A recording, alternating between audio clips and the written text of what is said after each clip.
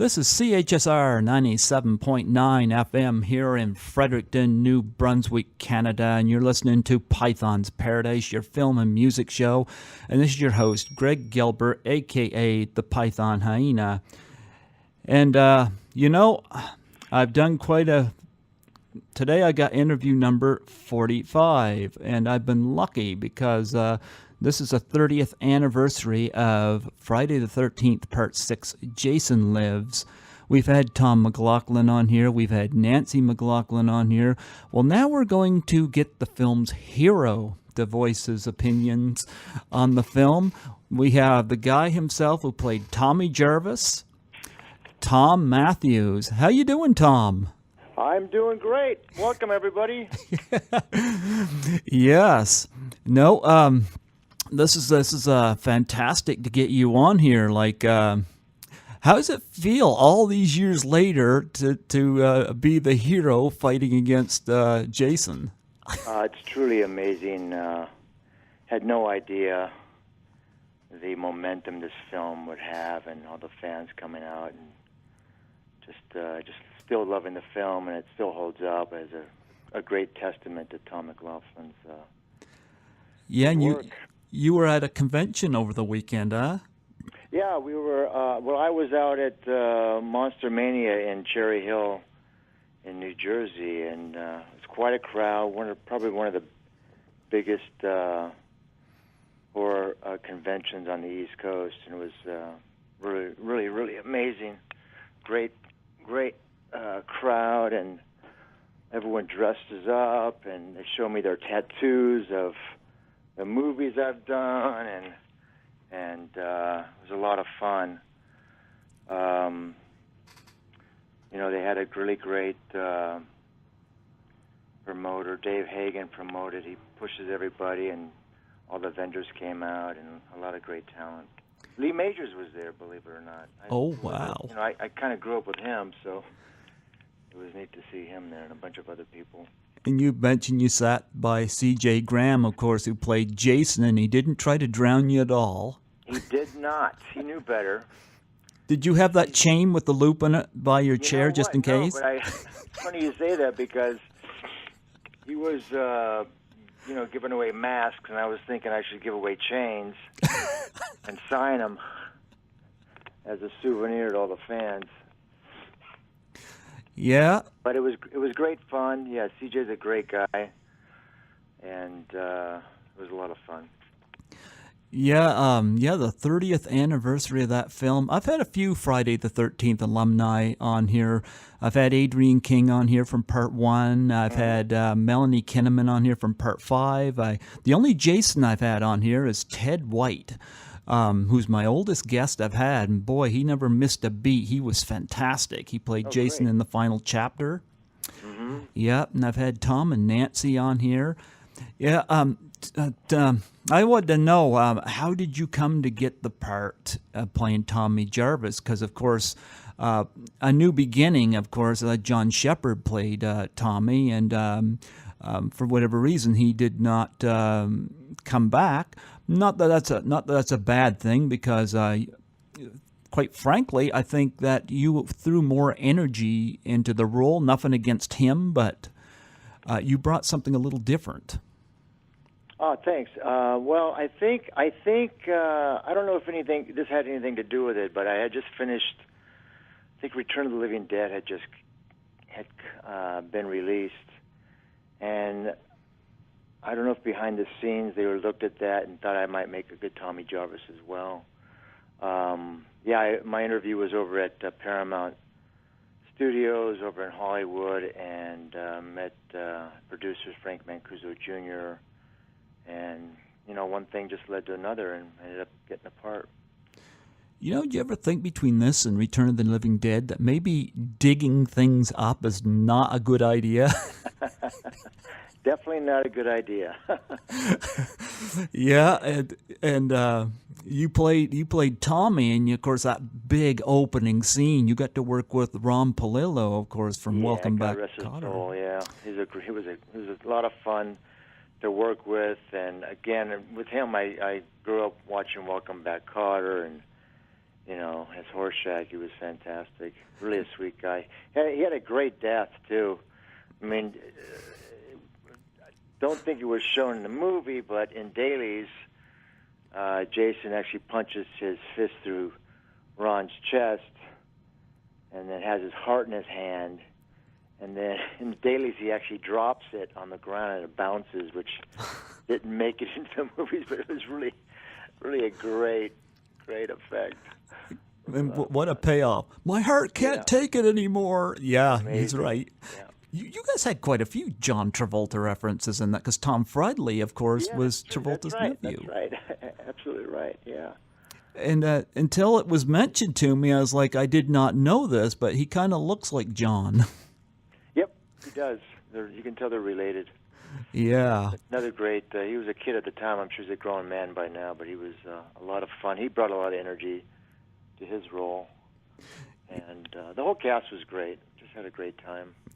Well, I had Tom McLaughlin on here back the latter part of July, and I started the interview out by reading something to him, because back in the early to mid 90s, I wrote to him, and he sent me a handwritten letter, and I still have it, and I read it to him over the phone here.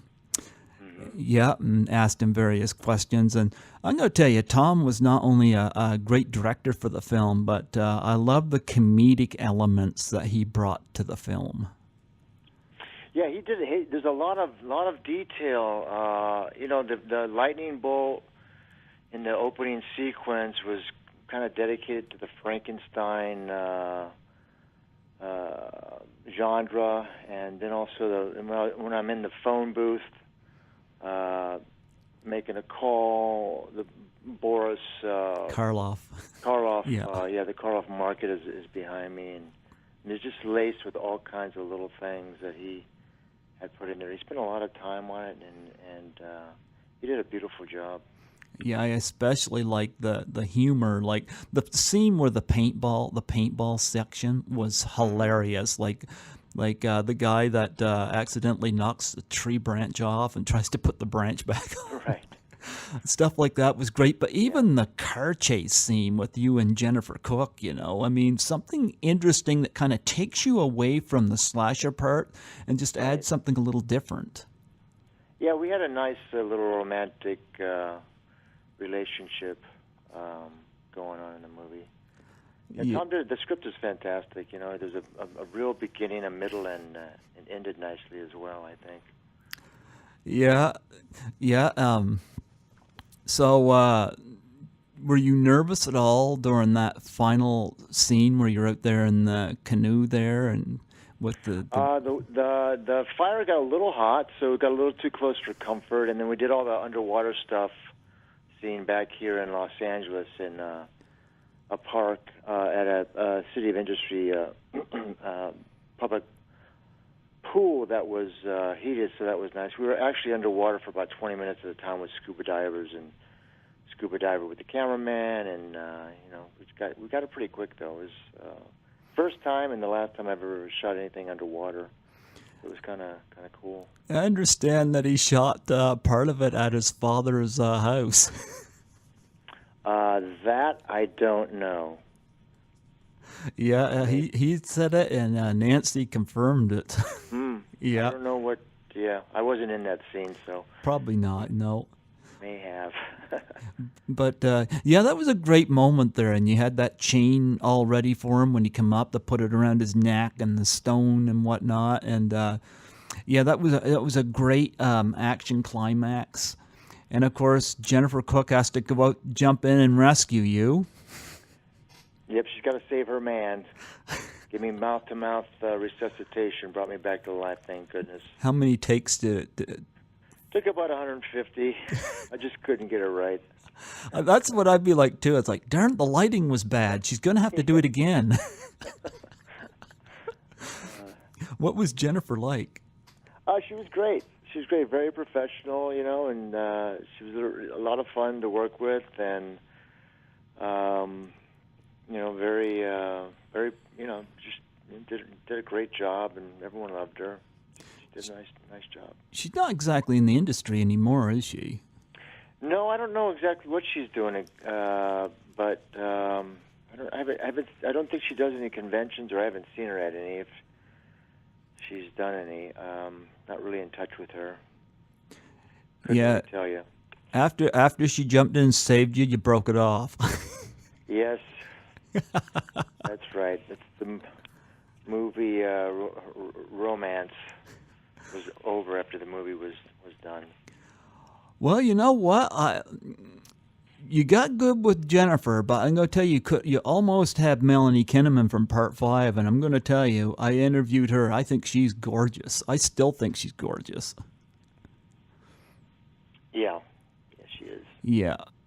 But for whatever reason, no, she didn't cross over either. But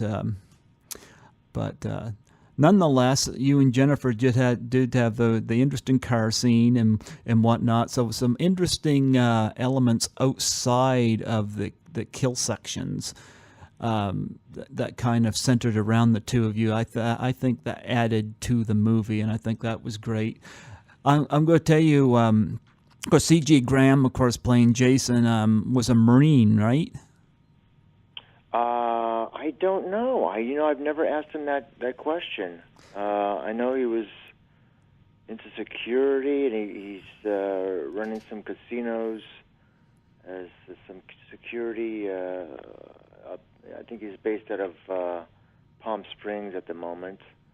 But he's a mountain of a guy. He's still looks good, still works out, and just a pleasure to be around.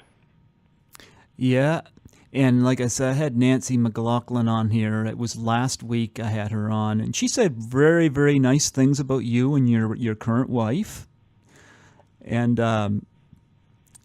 she was just I gotta say, an adorable person to talk to. Like, she was just very friendly. I know she's gonna be sending me some stuff in the mail. But yeah, she is a beautiful person, I think. Oh, yeah, she's very, very nice. We've my wife Carla and I, we run into her. She doesn't live far from me, but we seem to see each other at conventions and stuff. Always a pleasure to see her as well. The whole cast is just great. Everyone's really appreciative of the project that we did at the time, and how it's still received, and how people really adore that particular movie of the franchise. Nancy was interesting because when I was talking to her, she's going to take on a challenge I issued to her, and she wants to get the Friday the 13th Part 6 cast together for it. Mm-hmm. Yeah. Remember the Ice Bucket Challenge couple of years ago? You bet. Yeah. Well, there was, after Robin Williams had passed away, there was one that surfaced called Doubtfire Face for depression and suicide. Right. And I did one, and it involves taking a pie in the face, and you nominate 3 people. And I did one, and Lisa Langlois, who I interviewed here, accepted the challenge. In fact, one of your Nemesis co-stars accepted the challenge. Hasn't done it yet, but she's going to, Deborah Shelton. Oh, yes. Yeah. Well, I can't wait to see that. Oh, yeah. Well, she's up for it. It's just a matter of she's not very big on technology, so I got to really work with her, even though I'm stuck here in New Brunswick. But I have been in touch with her since, and very nice woman. But Nancy not only accepted the challenge, but she wants to get all the Friday people together and do a big one.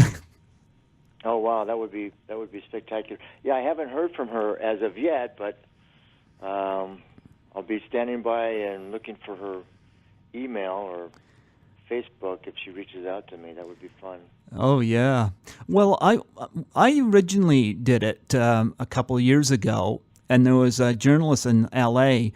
that had interviewed a lot of people I wanted to nominate, and I asked her, because she was asking what was going to be the next big challenge, and I asked her if she would do the Doubtfire face if I nominate her, and she said I'd have to nominate her first. So I did the challenge, sent the video to her, and then she said that it was a great challenge, but she's not taking a pie in the face.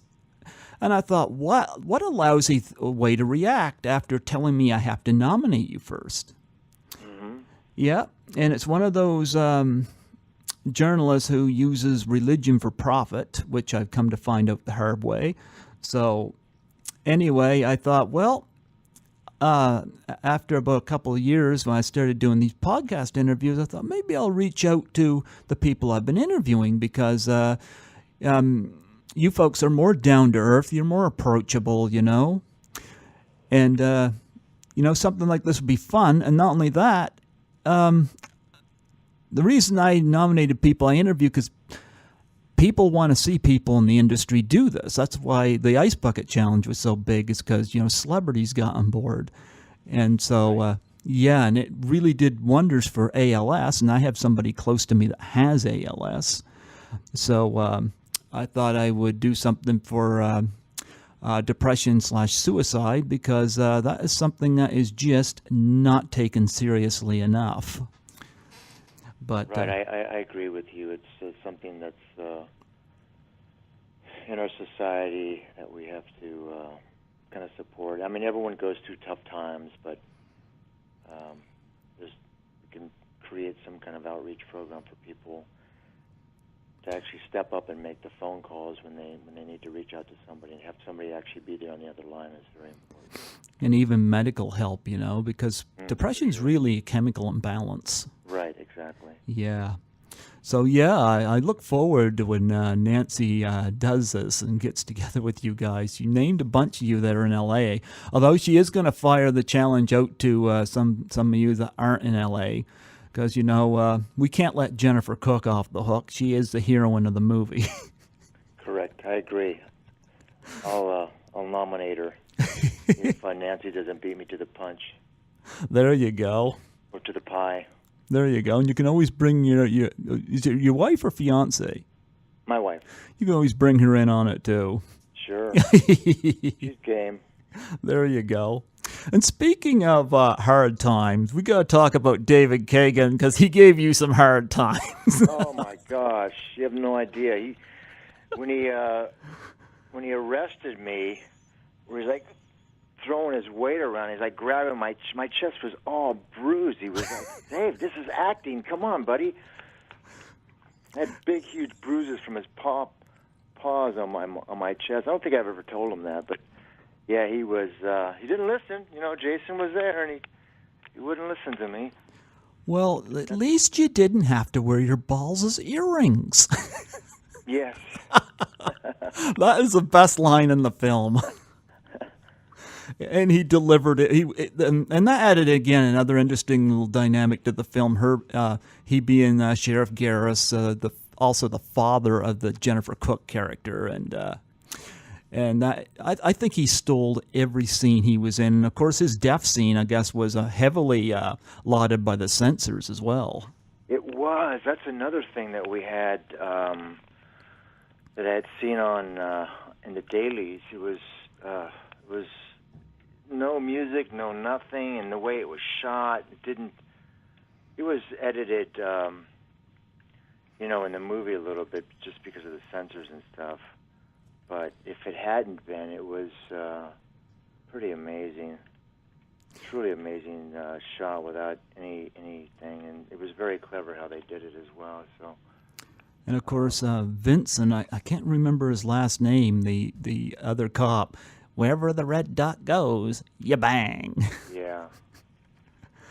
Yeah, he had that in the center of your forehead, but eventually he had it right on his nose. Eventually, yes, because of Jennifer. Yeah. You had my back. Yeah. You mentioned music. How do you feel about the Alice Cooper song, He's Back, the Man Behind the Mask? That was an interesting tune for the movie. Fantastic. I think that they did a really smart thing by involving him to do the music. And the 007 opening credits with Jason slashing it, and that was very cool, too. A lot of great stuff in there.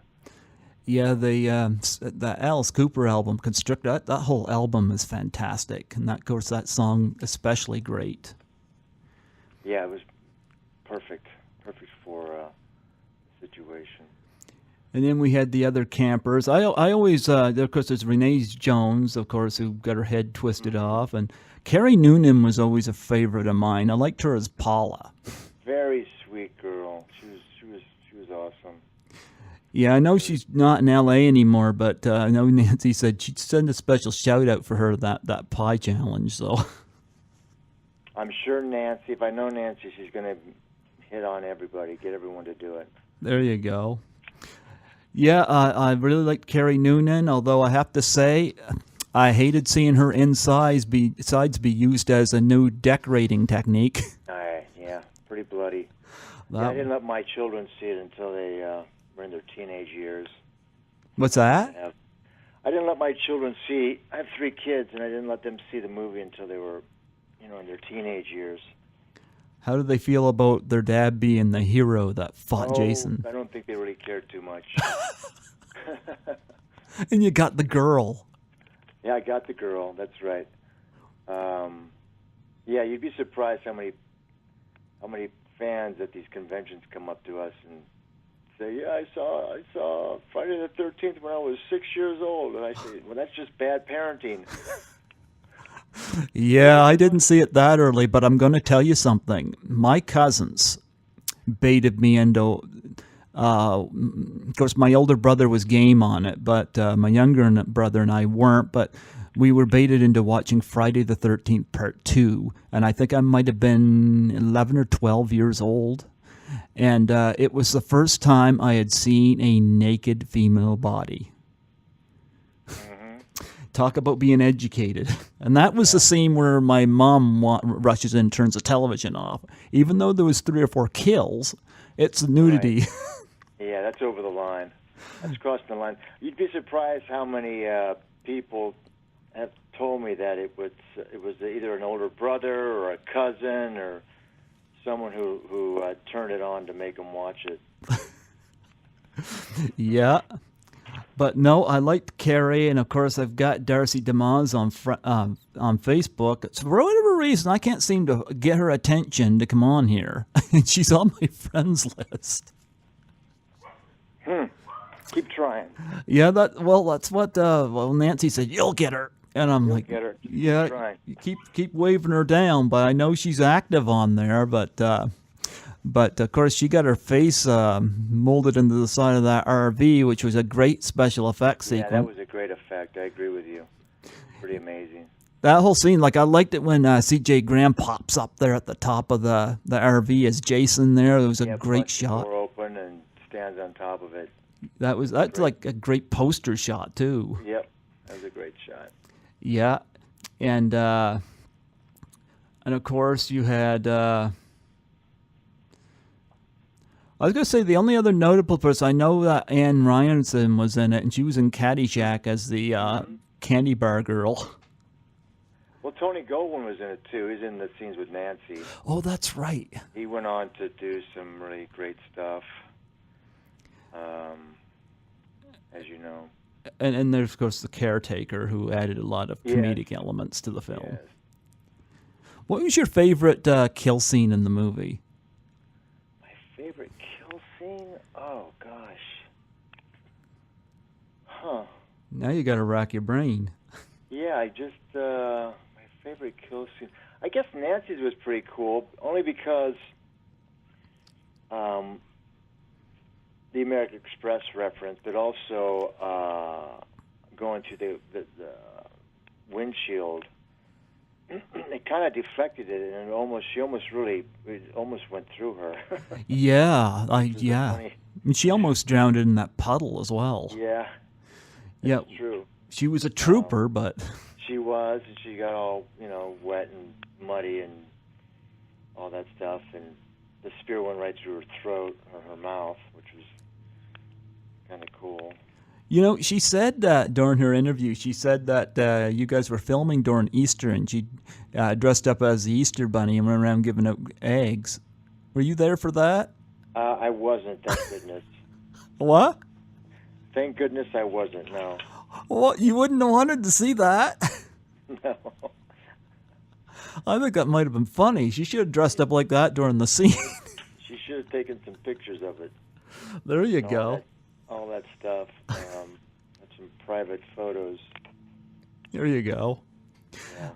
Yeah, and of course, you know, you were in two of the Return of the Living Dead movies. Now, you went back for sloppy seconds on that. Now, you did that, of course, before Jason Lives, that first one, huh?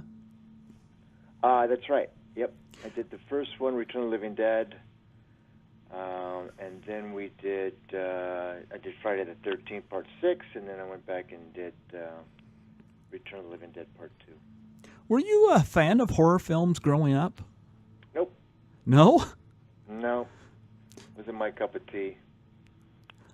So how did you get into horror? Just a standard edition?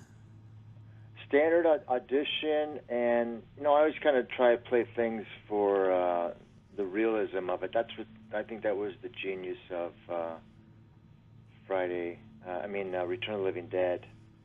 The comedy comes out of their situations that they've gotten themselves into, and just really hysterical. One of my favorite scenes is when we're cutting off the yellow corpse's head. I couldn't look at it, but I was laughing at the same time. I've never felt that feeling before. And I also really like the split, the half corpse, the old lady, when we got her on the gurney, she had the first conversation with Don Calfa.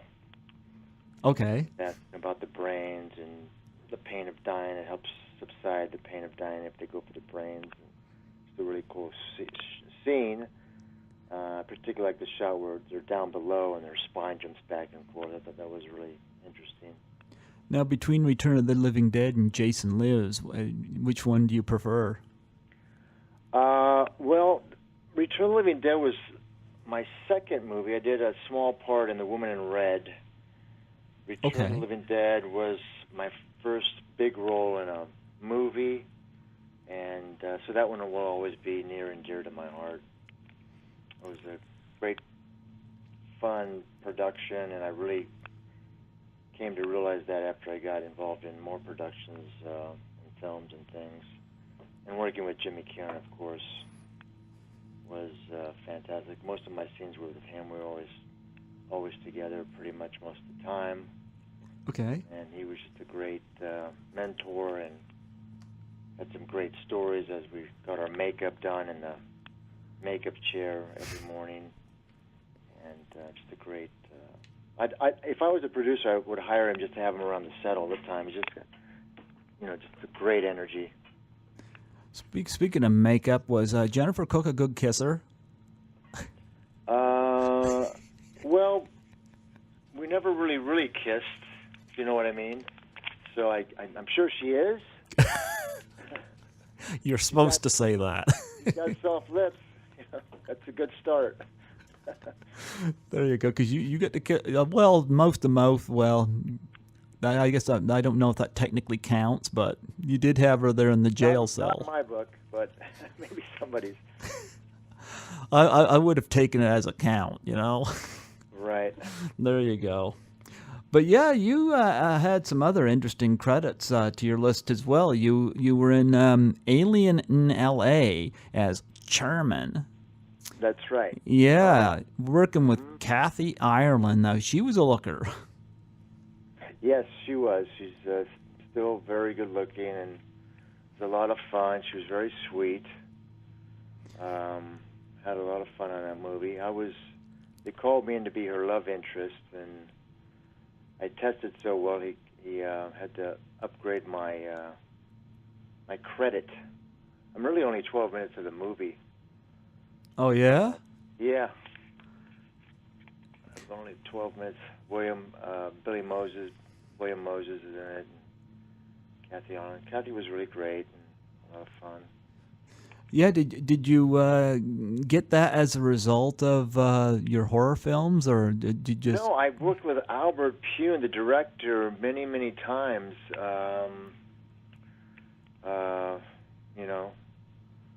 just another long line of. I think I've done 7 or 8 or 10 movies with him. Oh, really? Yeah. Okay, I never caught that. Kickboxer 4, Nemesis. Oh my gosh, a bunch of movies. Dangerously Close. Down Twisted. My phone. Yeah, a bunch of movies with him. Wow. Yeah, Nemesis. You worked with Deborah Shelton. As I said, back in May, I had Deborah Shelton on here, and I got her through her website. The guy that operates her website is Canadian, and I guess Deborah Shelton really likes Canada, and I've been, like I said, since in touch with her, but usually I communicate through the guy who operates her webpage. But I know one thing with her, she doesn't have email or anything like that because and I kind of get this too with all stuff, people being hacked and whatnot. She's kind of afraid to do the technology stuff, because when I was talking to her about Doubtfire Face, she was asking me, I practically given her steps about how to go about it, because the guy from her website had mentioned a couple of people that could help her. So, and I mentioned those people to her, and she said, wouldn't they have to they'd have to get a camera? And I said, do they have a phone? And she said, yeah. I said, is there a camera on the phone? And she said, I think so. And I said, well, there's half the battle already fought.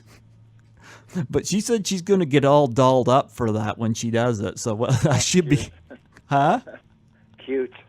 Yeah, I think she told me she's going to nominate some of I think it was the Beverly Housewives or people like that she's going to nominate. But we were talking about the movie Body Double that she was in with De Palma, where she got drilled.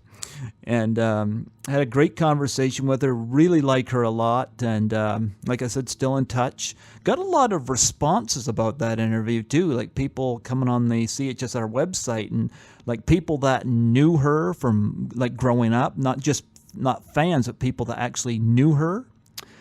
Had commented on my interview with her, and I love the fact that they loved my interview. That I like getting approval by people that are in her network, and she was wonderful. What was she like for you to work with? She was wonderful. She, just great, just wonderful, very professional,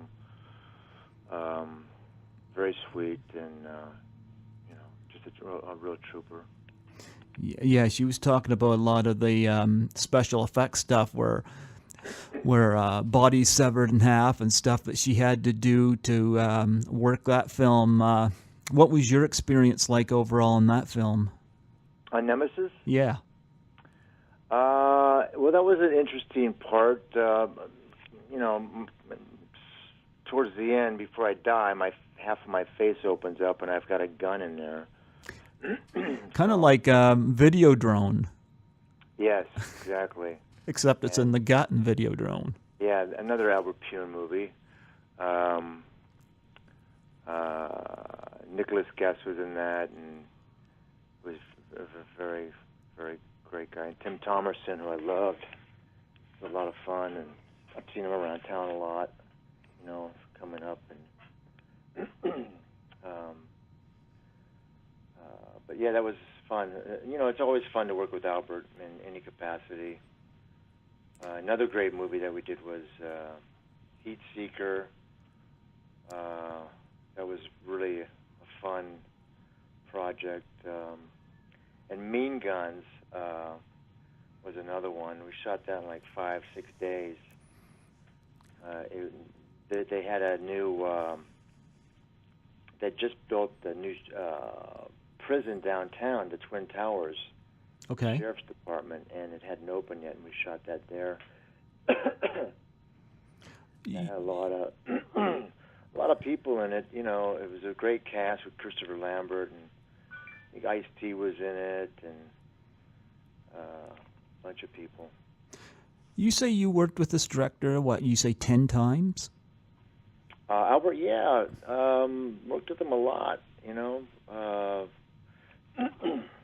Do you have any favorite films that you worked with him on, like your top 3 favorite films that you worked on? Down Twisted was one of the my favorite projects with him because the guy was scripted as 250-pound, huge, menacing guy, and he gave me the script, and so I got the script and I read the character and what he looked like and stuff. So I started working out, and I dyed my hair dark black, but it didn't go with my body, my skin tone. It was like, oh, that looks weird. So I went in the complete opposite direction and bleached it out. Okay. But I didn't tell him. So I got down there, and I put a silver cap in my tooth, and really gaudy jewelry and a blue suede jacket, and so I went down there, and he didn't even recognize me, but loved it. And that was a great thing about Albert. He was really collaborative, and let you do pretty much, if you were on track, let you do pretty much whatever you wanted to do, creatively wise, artistically wise, with the character. So that was fun. So you like that film? Is there any others that stood out? Blood Match. Blood Match was great, and also, like I mentioned earlier, excuse me. Heat Seeker was great, and what was the other one? Alien from L.A. Yeah, I don't have. Mean Guns. Mean Guns. Mean Guns was a lot of fun. Script's okay, but it's a very watchable, fun movie to watch. Wow. You could almost write a book just on your experiences with him alone. Yeah. Did you ever think about writing a book? Or Dangerously Close we did. Alien from L.A., which was actually originally called Journey to the Center of the Earth. They changed the name. Friday the 13th, Part 6 was originally called Aladdin Sane. Guess they didn't want, for production reasons, they didn't want people showing up.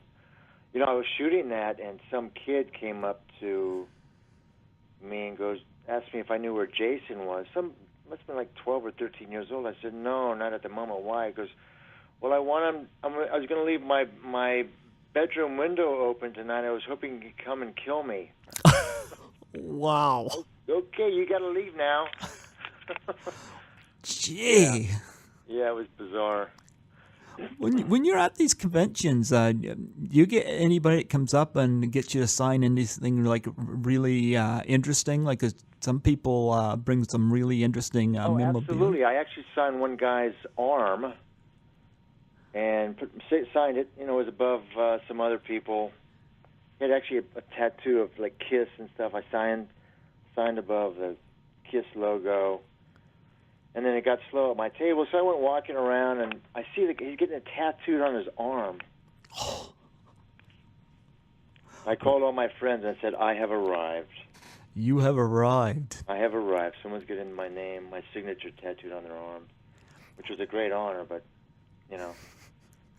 So how long do the conventions usually run? They usually run Friday evenings into Sunday. They usually start to slow down Sunday early afternoons. So I'll travel out, depending on where it is, because I'm busy. I usually travel out early Friday morning, come back Sunday nights or Sunday afternoon, depending on the convention and where it's at. Yeah, I've never been to one of those before because I've never been outside New Brunswick. So wow. Do you know where I am here in New Brunswick? I don't know. Okay, yeah, Nancy actually knew. Oh, is it the north? The East Coast? Yeah, it's. I know where Montreal is. I've been to Montreal, which is a great city. Yeah, you know where Nova Scotia is. Uh-huh. Yeah, we're pretty much located next to Nova Scotia. There's Halifax, Nova Scotia, and then there's New Brunswick, which is made up of 3 cities. You get Fredericton, St. John, and Moncton. Probably the closest we have for celebrities here are the Trailer Park Boys, which are based in and Halifax. Have you ever seen them? Well, Nancy's way ahead of you on that. She loves them. Oh, wow. Yeah, well, she's into that whole scene, so. Yeah. I think the closest convention to you that I've been to, the one in Buffalo over by Niagara Falls. Yeah, I've never even been there. I hadn't been there. I knew about it, of course. Everyone knows about Niagara Falls. Not really a big desire to go there. Glad I did about 4 years ago, because it was pretty amazing to see the falls and what they've done and how they're redoing it for the tourists and stuff. But it was just beautiful. It's amazing the amount of water that goes over the falls, and how just the history of it, how they have people go in barrels, going way back to go over the falls, and how many of them died, and one woman did it in a barrel, and just crazy stuff. Yeah, no thanks. Yeah, exactly. And how it's all lit up at night now, and has been for years, but just really, really cool. I was looking over your credits. I noticed, now I don't remember seeing you in this movie, and I only saw this movie when it came out in theaters, but you were listed as being in The Peacemaker. Yes, correct. I was in The Peacemaker. Yeah, was that the first movie done for DreamWorks? It was. Good memory. Yeah. It was. We shot that in over in Europe, in Macedonia and Bratislava, if my memory serves me correctly. George Clooney and Nicole Kidman. Yep. I was George's really good friend, and that was our history in the movie. We were friends in the military. I drove the helicopter pilot. We landed on the bridge where the guy was hanging. Met him in the beginning. When there was that big scene where a lot of people, a lot of stuff going on in the hangar at the military base, which is shot in Turkey, where he's trying to convince her that we need to take action. She said, yes, let's do it. And I was the guy who commanded everyone to take flight and let's go. And helicopters, guys were running, hundreds of guys were running. Helicopters were taking off, and we were going to go get the nuke. What was George like to work with? Say again? What was George like to work with? Oh, George is great. We've actually been friends. We met in acting class maybe 35 years ago, 34 years ago, and 82, I guess. We were roommates when I was shooting Return of the Living Dead, Part 1. This was before he did Return of the Killer Tomatoes. Way before anything. He had done one thing with his cousin Miguel in Kentucky, and he came back out and needed a place to hold up, and we were acting class. We were coming to stay in my place because not much room, but we'll make something work, and he was there for about a year. Did you do any scenes with Nicole Kidman? Did I? Yeah. We were there's a group of people. There's a bunch of people, Yeah, not any one-on-one scenes. Most of my stuff was with George and in the helicopter, which was a lot of fun to fly and simulate flying anyway. The pilot was really great. We got really close to the lake and went above the mountains in between takes and stuff. So hey, cool. it was fun. Yeah, it was really, really cool. Beautiful scenery. Macedonia kind of reminded me of, it had the same feeling as Malibu, the rolling hills of Malibu, the same kind of temperature and the same vegetation on the hills. It was interesting. They must be at the same longitude or latitude.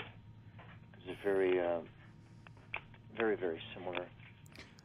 But yeah, I've done that with George. We also did a live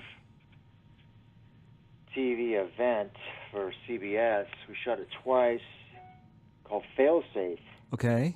And they were shot live like a play. We did it once for the East Coast, and we did it once for the West Coast. And that was a old movie about nuclear destruction and with the prevention of that, and that I think Henry Fonda was in back in the 50s or probably the 50s, I think. And so he wanted to make that for a live TV event. It went out really, really great. Had a lot of great response for that. And I also did an ER. Did a guest spot on an ER with him when he was doing the show. Yeah, I was just going to ask you. You did quite a bit of TV. Now, which do you prefer, TV or movies? Movies are more geared for me because I'm kind of a slow study, and I like to, live with the character and think about it and, digest it a little bit more. Okay. So I'm more grounded. TVs are more of a fast pace process. So you Unless mentioned you've been on a show for a long time, it's you can ease into the character that way. They'll do a pilot, and then hopefully it'll get picked up for 13 episodes, and then hopefully it'll get picked up next year for 13 episodes, and hopefully it'll get picked up next year for 13 episodes. Well, you mentioned ER. Like, what were your favorite TV shows to act in? Well, let's see. ER was I had a pretty great despicable character in ER. Okay. Played a cop, just a guest part, but I played a cop who went into ER because his wife had been beaten. It comes out that she had been in there before, and it comes out during the course of the episode that I'm the one who's beating her up. So then my fellow police officers get wind of it, and the next person coming into the ER is me, all beaten up. My cops. And the funny thing is, here's the power of TV and movies.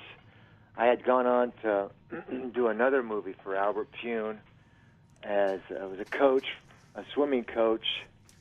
I can't remember the name of the movie, but I was the coach of these girls, teenage to 18-year-old girls, and I was the coach, and I arrived on the set, and they hated me.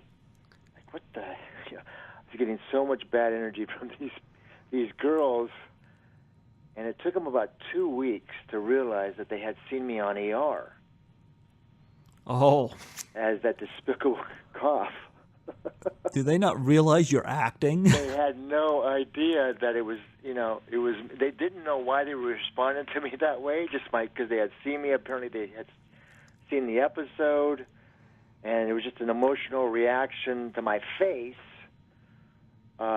And then they came up to me and they apologized. One of them said, "I didn't realize that you were the guy." And yes, I know it's only TV. It's weird because Jason gets so much love, but yes. And this happened to, I don't know if you remember Andrew Robinson. He was in the Dirty Harry movies. I think Dirty Harry. Anyway, one of my good friends in high school. Okay. One of my good friends in high school, 6'6". He calls himself a modern man because he was half black, half white. He was in swimming, very, physically fit at the time. We were getting our haircuts, and in comes walking in Andrew Robinson, and he played the villain in the Dirty Harry movie. Okay. And he got up, and he was going to kill this guy. And he stopped himself just before he was 2 feet away from him, because then he realized what was happening. He had seen him in the movies and just was reacting to him. Oh, wow. Yeah, I mean, it was that close. Well, I hear these stories about wrestlers when they're the heels have this kind of problem occasionally as well. Uh-huh. Yeah. It's amazing. But that, ER was great. I did a bunch of commercials, too, when I was first starting out. Sprite commercial, Pizza Hut, a La Tigre commercial. It was a beverage for, I think it was for Norway, with Nicolette Sheridan was in that. Okay. Yeah, there was 3 couples. She was one of the girls in one of the couples. Did a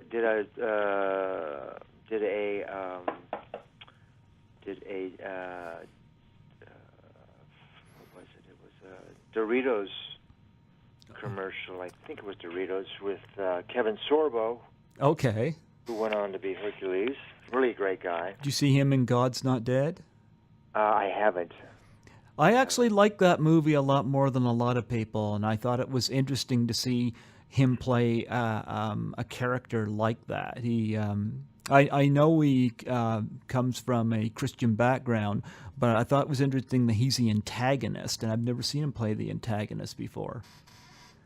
That would be interesting. I'd actually love to see that coming from him, because he's such a sweet, well-rounded guy. That would be fun. Yeah, villains are fun to play. I've played a lot of villains. They're they're just a fun characters to play, and the more evil, the better. Yeah. I mean, up to a certain point. There was one movie that I think should never have been made, which was, what was his name? It was Hitchhiker? Oh, The Hitcher? The Hitcher? With, what was the lead actor's name in that? Rutger Hauer? No. No? Gosh. He was in Tom Cruise in the racing movie. Tom Cruise racing movie. I'm trying to think which one you. Very disturbing movie. Anyway, he was a serial killer. I'm sure some of the audience they're probably yelling into the radio or whatever device they're listening on the name of the movie, but I can't even think of it. yeah, either can I. But that's a very disturbing movie. There's a serial killer, and he'd go around, pick up people hitchhiking, and then kill them. Yeah. It was kind of like Jaws for me, but on land. Yeah. So what's your weather like in L.A.? What's that? Crazy 6 was another movie that Albert did. Oh, Crazy 6? With Rob Lowe was in that. Okay. Yeah. We shot that over, and I had shot that just before Peacemaker in the same town, Macedonia.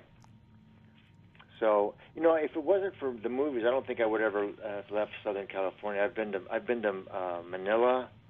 Okay. I've been to Georgia. That's where we shot Friday the 13th. Been over to Europe a couple of times. I've been down to Mexico, Puerto Vallarta. Okay. Yeah. So it's been fun. Are you from L.A.? Born and bred. I was born at the Hollywood Presbyterian on Hollywood Boulevard. Me and my 2 brothers. Yeah, I've never been to States, let alone California. Oh wow, yeah, it's. You've never been outside of Canada? No, I've never been outside New Brunswick. I don't think. Yeah. I don't know. I get homesick, and it's one of the biggest things I wish I could change about myself. Because I've had 2 people that I've interviewed, 2 actresses. One being Nancy, say, if I'm ever in California, I get a place to stay, and I'm like, yeah, it's just a matter of. But I'm kind of I think if your show, like this show, would take you there, then you would go. I mean, that's kind of how it was for me. I never really felt the need to go any place, but the production went there, and so we're going here. I mean, I know actor friends who have never left California either. Okay. And I early on was going all these different great places, and they were like kind of baffled by that. But yeah, it's been pretty cool traveling wise, and I've seen some great places, and I've discovered that Latin is the most spoken language in the world, which I grew up in Hollywood, but was actually raised in Covina and then moved back to Hollywood when I was about 15, 16 years old, and you only know what you know, in your little bubble, your little world. Yeah. And apparently I didn't know much living in Covina, as I found out later as I started to travel and stuff. It was really mind-expanding, really a lot of fun, and I've been to a bunch of places. Where did I shot a movie. The Dirty Dozen Part 3 was a movie of the week. We shot that in Yugoslavia at the time.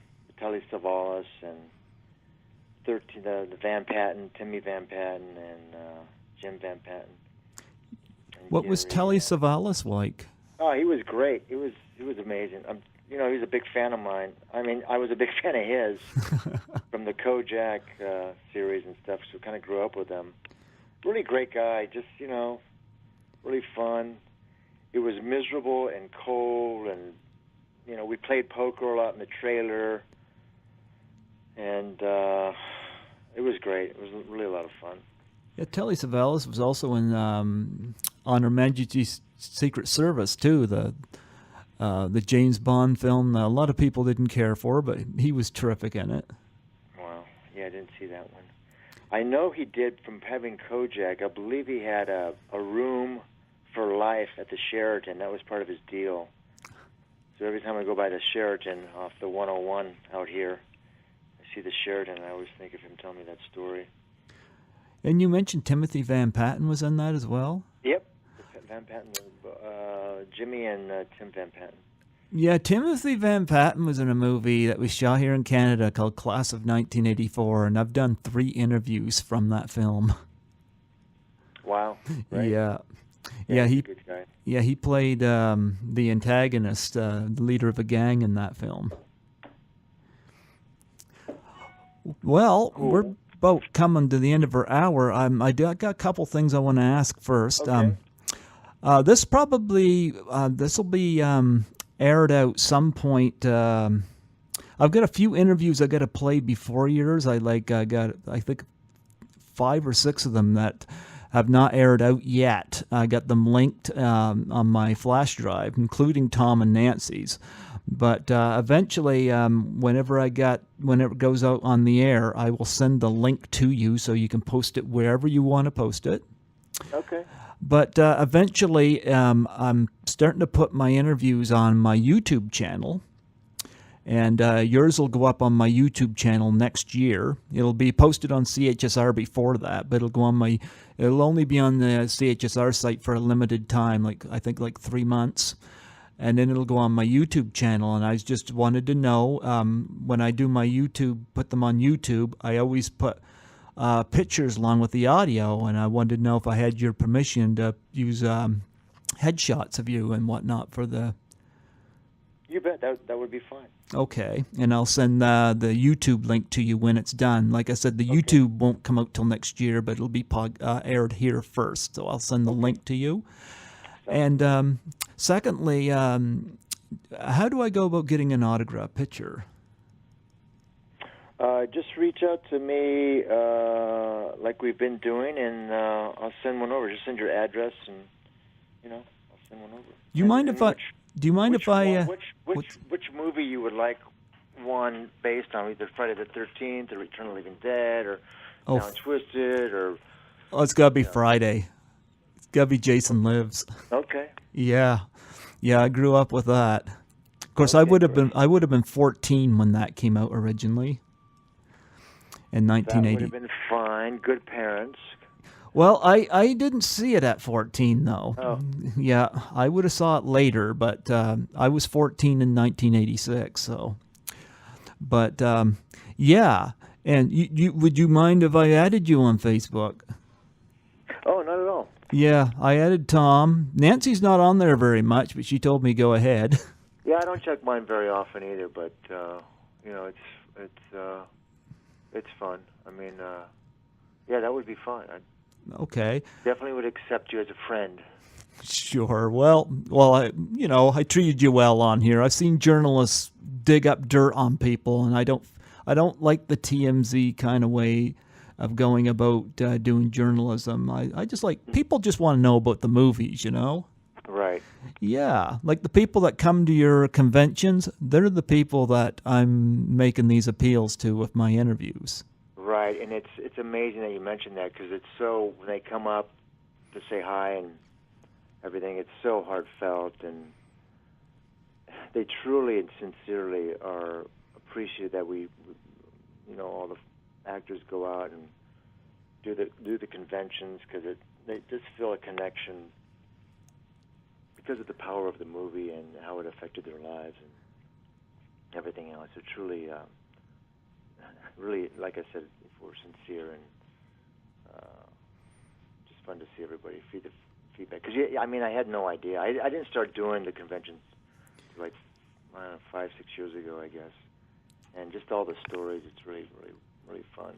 Who got you hooked on the conventions? Gosh. I think they had been, one of them had been promoting me to go when I had no idea. And I got wind of it somehow, and then one of the guys who books me on it, Michael Perez, had reached out to me, I think, and said, you really should do it. It's really big, and the fans are asking for you. And I said, oh, okay, I guess. I'm not doing anything this weekend. Let's go. And it turned out to be really a lot of fun. Okay. Plus, also, I see, at these things, I see people I came up with at auditions and stuff. Bill Forsythe was in my acting class. Denise Crosby was in my acting class. Bruce Abbott was in my acting class. Okay, wow. I see all these guys, and it's, fun. Wow. Yeah. And finally, could I get you to do a plug for my show? You bet. Yeah. The Plug Master. There you go. Well, just state your name and say you're listening to Greg Gilbert listening to Python's Paradise with Greg Gilbert in Fredericton. In Fredericton. Yeah, Python Paradise. Yeah, that's the name of my show. With Greg Gilbert. That's right. In Fredericton, New Brunswick. Fredericton. Yeah. Fredericton, Brunswick? Yeah, New Brunswick, yeah. New Brunswick. I'll give it a shot. Okay.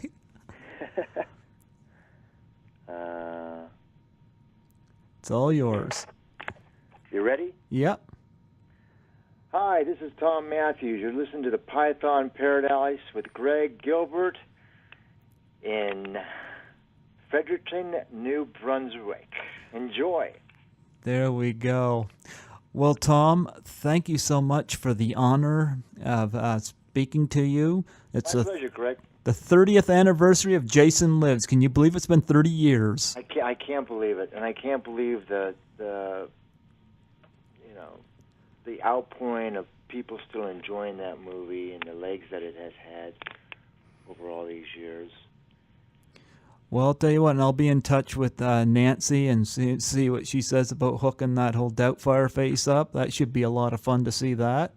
Okay, you got it. And hopefully that'll inspire more people, especially in the industry, to get involved in that and maybe find some answers on how to deal with depression. Yes, that would be wonderful. That would be great. Well, Tom, thank you for the honor. You are the hero of Jason Lives. That's right. You're the one that they should be saluting. And then they brought him back to life. I'm the hero and the idiot. I'm the one who dug him up. Yeah, Rumpelittle was like, ah. Yeah, this is such a good idea. I'm the one who dug him up and put him back down all in an hour and a half. So that's something. There you go. Okay, well, good talking to you. It was great talking to you. Thank you so much, and you have yourself a wonderful day. All right, I'll look out for your friend request. Take care. Sure. God bless you, man. Bye-bye. Yeah, bye.